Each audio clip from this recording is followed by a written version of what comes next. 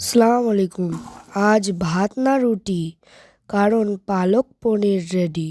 পনির নিয়ে নিয়েছি বরফি বরফি করে, আলু নিয়েছি, পেঁয়াজ কুচি নিয়েছি, মটরশুঁটির দানা নিয়েছি, 4 পিস কাঁচা লঙ্কা নিয়েছি, পোস্ত বাটা নিয়েছি। মেন জিনিস পালং শাকটা আমি কেটে নিয়েছি। ফ্রাই প্যান নিয়ে নিয়েছি, তাতে একটু তেল দিয়েছি, তেলটা গরম করে নিয়েছি। এবারে পনিরটা ভেজে নেব। পনিরগুলো লাল লাল করে ভাজা হয়ে গেছে, এবারে আমি নামিয়ে নেব। এবারে আলুগুলো ভেজে নেব, হয়ে গিয়েছে, এবারে তুলে নেব। আলু পনির বানানোর জন্য আমি একটা কড়াই নিয়ে নিয়েছি, কড়াইয়ে তেল গরম করে নিয়েছি। প্রথমে পেঁয়াজ কুচিটা, 1 চামচ আদা রসুন বাটা দিয়ে দিলাম, হলুদ গুঁড়ো দিলাম, কাশ্মীরি লঙ্কার গুঁড়ো দিলাম, জিরা মরিচের গুঁড়ো দিয়ে দিলাম, 1 চামচ লবণ দিয়ে দিলাম, এলাচ দারুচিনির গুঁড়ো দিয়ে দিলাম। এবারে এই মশলাগুলো ভালো করে কষিয়ে নিতে হবে। পোস্ত বাটাটা দিয়ে দিলাম, দিয়ে ভালো করে পালং পনিরের জন্য গ্রেভিটা হয়ে গিয়েছে। এবারে ভাজা আলুগুলো দিয়ে দেবো, মটরশুঁটিটা দিয়ে দেবো, পনির ভাজাটা দিয়ে দেবো,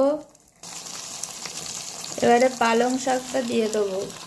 ভালো করে নেড়ে চেড়ে নিতে হবে। অল্প একটু পানি দেবো, একটা ঢাকনা দিয়ে 2-3 মিনিট সেদ্ধ করে নেব। 2-3 মিনিট পরে ঢাকনাটা নামিয়ে নিয়েছি। দেখেন পালং পনিরটা, কাঁচা লঙ্কাগুলো এর মধ্যে দিয়ে দেবো, একটু নেড়ে চেড়ে নামিয়ে নেব।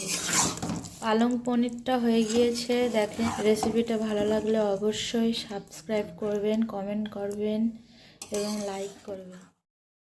ছিটা পিঠা বানানোর জন্য আমি এখানে হালকা পানি গরম করে নেব। পানিটা গরম হয়ে গিয়েছে, এবারে আমি এখানে 1 চামচ লবণ দিয়ে দেবো, দিয়ে ভালো করে পানিটা মাখিয়ে নেব।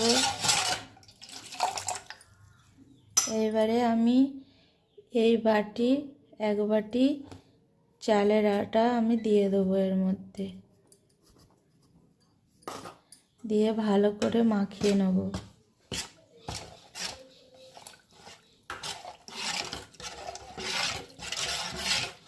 ছিটা পিঠা বানানোর জন্য আমি একটা ফ্রাই প্যান নিয়ে নিয়েছি, প্যানটায় হালকা করে তেল দিয়ে দিয়েছি।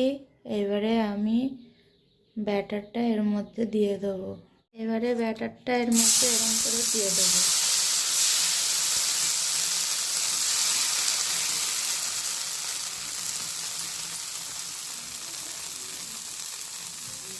পিঠে পিঠেটা হয়ে গেছে। এবারে আমি এইভাবে নিয়ে তুলে নেব। এই দেখেন, আবার একটু ব্যাটার দেওয়ার জন্য এখানে একটু তেল ব্রাশ করে নিলাম। প্রত্যেকটা পিঠা এইভাবে তুলে নিতে হবে। দেখেন, এইভাবে প্রত্যেকটা পিঠা তৈরি করে নিতে হবে। এই দেখেন, প্রত্যেকটা ছিটা পিঠা আমি এরকম করে তৈরি করে নিয়েছি। আপনাদের রেসিপিটা ভালো লাগলে আপনারা অবশ্যই সাবস্ক্রাইব করবেন, কমেন্ট করবেন এবং লাইক করবেন। অবশ্যই পাশে থাকবেন।